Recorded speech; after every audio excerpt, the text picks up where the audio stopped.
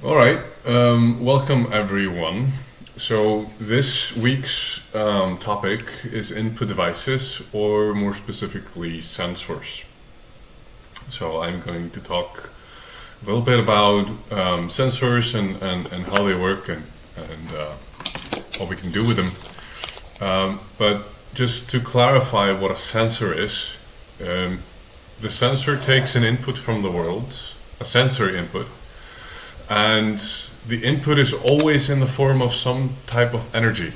So this can be electrical energy, this can be chemical energy, magnetic, mechanical, thermal, or optical. So that's how we define the input potential that a sensor can bring to us. And it translates that energy into another type of energy. So it translates, say, for example, thermal energy to electrical energy that our microcontroller can use and interpret and then react accordingly. So we can use sensors to translate some type of energy into electrical energy. And a sensor we can use to measure something. We usually use a sensor to measure something, and then do something with that measurement. And we'll talk a little bit about that later. But when we're thinking about how we want to interact with something, we need to be thinking about how we can use the world of physics to do something. So this can be, for example, a position of something or the angle of something. This can be the speed or rotation of a shaft, for example, or of a moving object. We can measure distance from something. We can measure if something is displaced. So if something is moving from A to B, or even proximity to something. We can measure pressure or weight, we could say. We could measure flow, temperature, power, sound, chemistry, etc. So we're always thinking about how we can measure something and how we can interact and interpret that measurement into something useful to us. So a sensor usually works in one or two ways. It's either analog or digital. So the definition of analog is just a voltage range. So it can be many different things depending on the hardware that we're using. But for example, we can measure a voltage range from 0 volts to 5 volts, or minus 15 volts to plus 15 volts, and then we have some intervals in between. So we can have 0, 1, 2, 3, 4, 5, or 0.05, 0.1, 0.15, and etc. So we have a certain type of step range that we can then measure and interact with. So an analog signal we usually use to measure a variety of samples. For example, variable distance or speed or something along those lines. Digital is only 0 or 1. Digital is only on or off, or signal or no signal, and we can translate analog to digital with a so-called analog to digital conversion, or ADC. It's usually annotated as.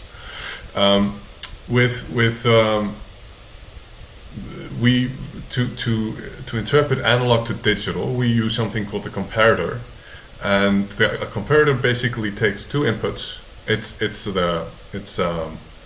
a sample input and then a comparative input. So let's say the comparative input is 3, and we're measuring from 0 to 5. Then everything below 3 is 0, and everything above 3 is 1. And then we obviously can measure many more steps, and then we have a bit range, and we're not going to go into the theory about bit rate and bit range right now, unless anybody is really interested in that. But this is kind of in the very basics on how we use this technology to kind of help us to calculate and to measure and to do all these different things that we really wanted to do. So when we want to measure, or why, we measure to monitor the environment. So, for example, to gather data, to make decisions, and to different things like that, or to react. So we have an input. So let's say we measure the flow of water, say in a pipe, and if the flow reaches a certain amount, or if the flow has been active for a certain amount of time, we do something. We have an output device that then responds according to what we want it to do. So that's basically how we want why we use sensors. So when you're thinking about a project, you first think about what do I want to measure? Like, do I want to measure the weight of something, or do I just want to measure if there's something present there? Is it lying on something? So, for example, with a chair, do I want to see if somebody's sitting on the chair? Am I watching if there's somebody present, or if I'm watching if there's a weight on the chair itself? And you can solve the same problem in many different ways, but the art is to distinguish the easiest way to gather the most correct data, right? So maybe, for example, if you want to measure if somebody's sitting on a chair, you want to see if a person that is of this specific weight is on the chair, not if the cat is just on the chair. Or if the cat has jumped on the chair, we don't necessarily want the system to react to that. So we're always thinking about what is the most correct data that we want to gather for our purposes specifically. So moving forward, when we're using sensors and we're using the data unit, the microcontroller unit breakout board, sometimes we want to just use breakouts. We want to just and I'll explain that in a moment. Sometimes we just want let's say an Arduino, or let's say a Hello World board. Sometimes we just want to connect the Hello World board through cables to the sensor, and sometimes we want to have the sensor right present on our table or on our PCB, right? So sometimes we want to do that. So an example of a breakout. So if we just go into the Fab Lab inventory, we can see in here we can see a lot of different types of sensors and different types of sensory inputs. So we have sensor modules, and then we also have sensor modules or breakouts, and then sometimes we have just the specific sensors. And for example, here's a module. Here's Neil talked about this yesterday. This is a very basic on or off signal, and it measures infrared light. So it can sense if a person with this specific heat is present, excuse me, or if there's nobody in the room. And it just gives a 0 if there's nobody present, and a 1 if there's somebody present. Here is a pyroelectric sensor module. This one is more of a this one is similar in what it can measure, but it works with a completely different principle. And here is also another one. So this one also works the same way. It just senses if there's somebody present, but it can also sense if there's if somebody, and it can measure distance as well. And again, this uses a completely different principle as well. So if we go back to our slides, whereas the first one, this one uses optical sensory input, because it's just measuring. No, sorry, it measures thermal. This one measures thermal energy. So it's measuring the radiation, the thermal radiation of a person in the room. Whereas this one uses, well, it actually uses magnetic because or mechanical because it's measuring sound. It's measuring sound waves. So these are different types of sensors, and this one can indeed use analog signals, so it can measure a variety of distance. It can measure, how far away someone is, whereas the first one can only measure if there is someone in the room, and it can't really measure any distance. And then we also have, say, modules. And these can be integrated into your board, for example. This one is an optical sensor. I'm not going to go very detailed into the sensors that we have in the FabLab inventory. If you have specific requests, then we should rather do a one-on-one meeting, and we can go over how you use them and what you want to do with them. But going over all the sensors. That should be more the Fab Academy lecture style. Now, going on, I actually have here with me this sensor. Maggie. Oh. I actually have this sensor here, and this is the first sensor that I got. I don't have it connected to the Tinies because there were some mistakes in the board, so I just connected it to a knockoff Arduino that I had laying around, and I'm going to show you just very quickly how this one works, or how this one works in the Arduino. So, excuse me. There we go. So here we have the Arduino IDE. Can you see me? There we go.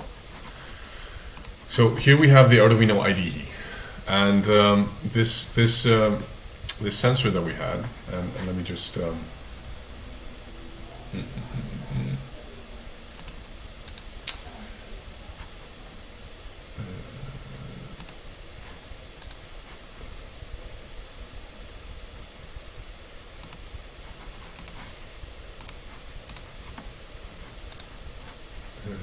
One moment.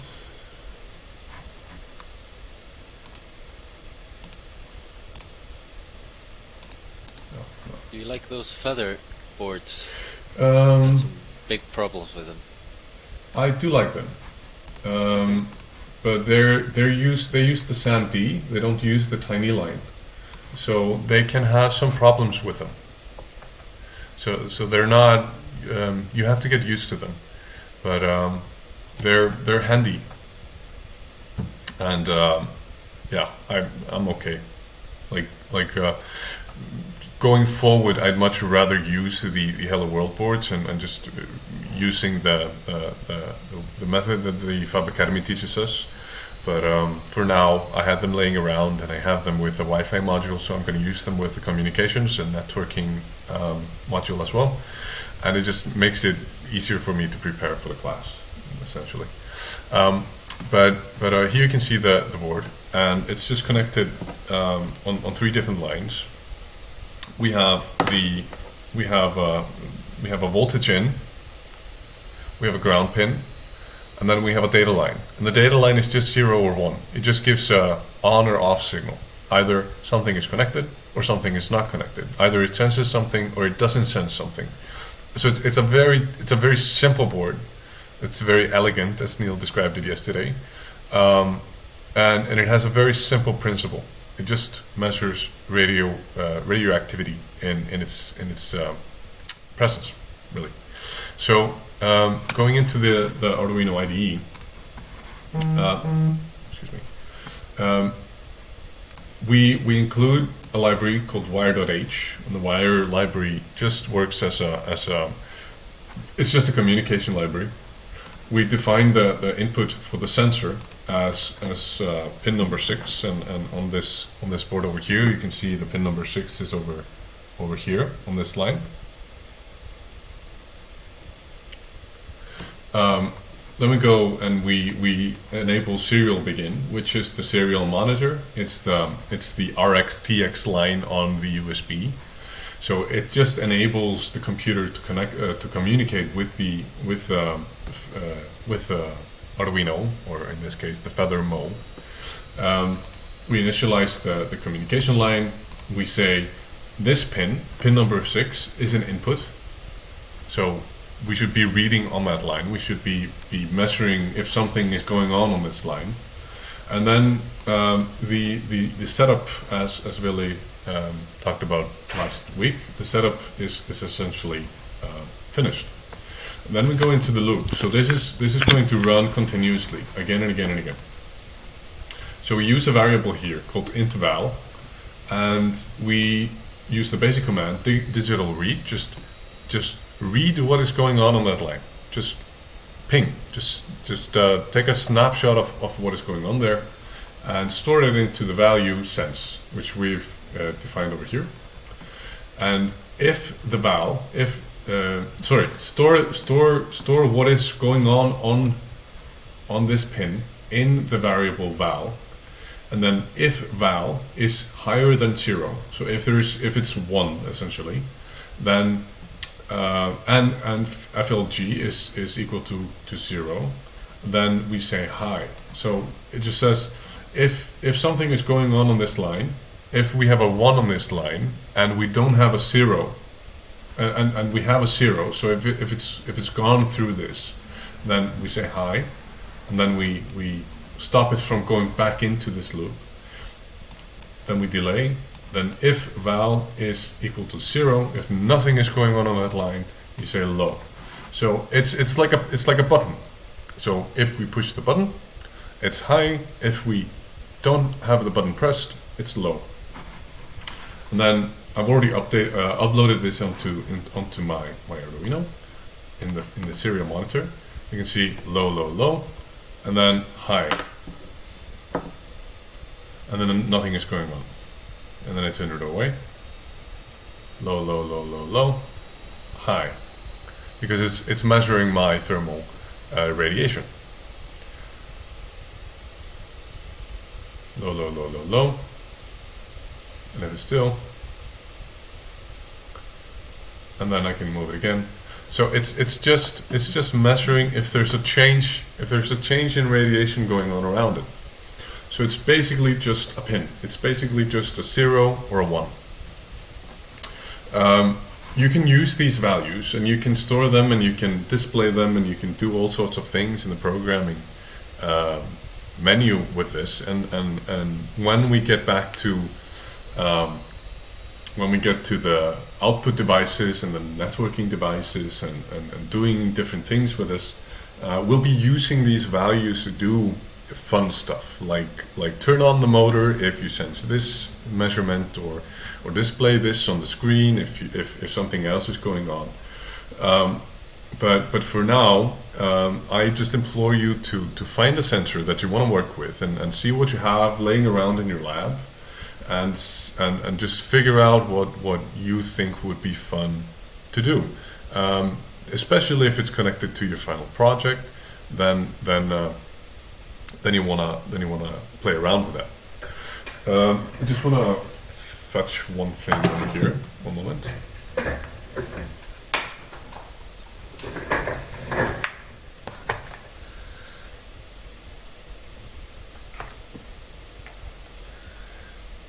So a lot of you might have this Arduino class kit with you, and in this class kit you have a bunch of different types of sensors. If you have them at home, or if you're stuck at home, I don't know what the situation is with a lot of people out there. You can use these class kits to do different things and to play around. So, for example, over here, this one is a so-called flex sensor. It's basically a load cell. So it just it gives you an analog value if it's spent. So it gives you some sort of a value, and you can use that analog value to say, hey, if we have an analog value above this certain point, then do something. Or you can say, and this is not very precise, mind you, if you have something different, then do something else. And you could use this, for example, as a in a wearable. So you can do different cool stuff with this. We also, in this kit, we have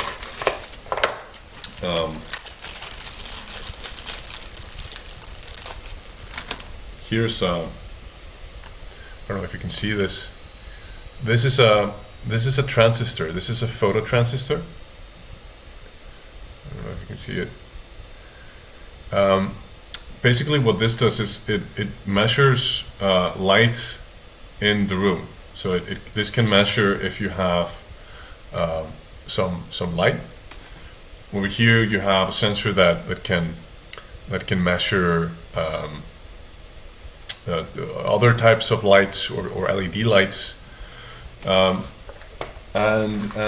there's a bunch of more sensors. And the good thing about this, and the good thing about these kits over here, is that they're very well documented. There's a lot of stuff online that you can use to help you play around with them, and to help you kind of understand the limitations that some sensors have. And then obviously also over here, this is pretty cool. This is called a what's the name of this again?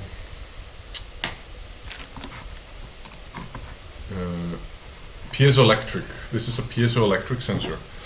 It is a buzzer. You can use it and you can hook it up to be an output device. But you can also hook it up to be an input device. So you can actually use this to measure if there's some sort of sound going on. So you can use this rather as a measurement of if there is sound, rather than necessarily to record sound or to figure out if the sound is at a certain limit. So you should play around with these and figure out if you can use some of this for a project or just overall use them to familiarize yourself with the serial monitor, and to kind of figure out how you wanna and how you can use the Arduino interface to work in your favor. Next week, I was thinking we'd go and we'd look at different types of programs, so Python programming and stuff like that, to log this and do different things with it. So we're not stuck just with a serial monitor that is built into the IDE, but we'd rather take a look if we can find something that suits your projects better. So yes, for now I'm gonna stop the recording and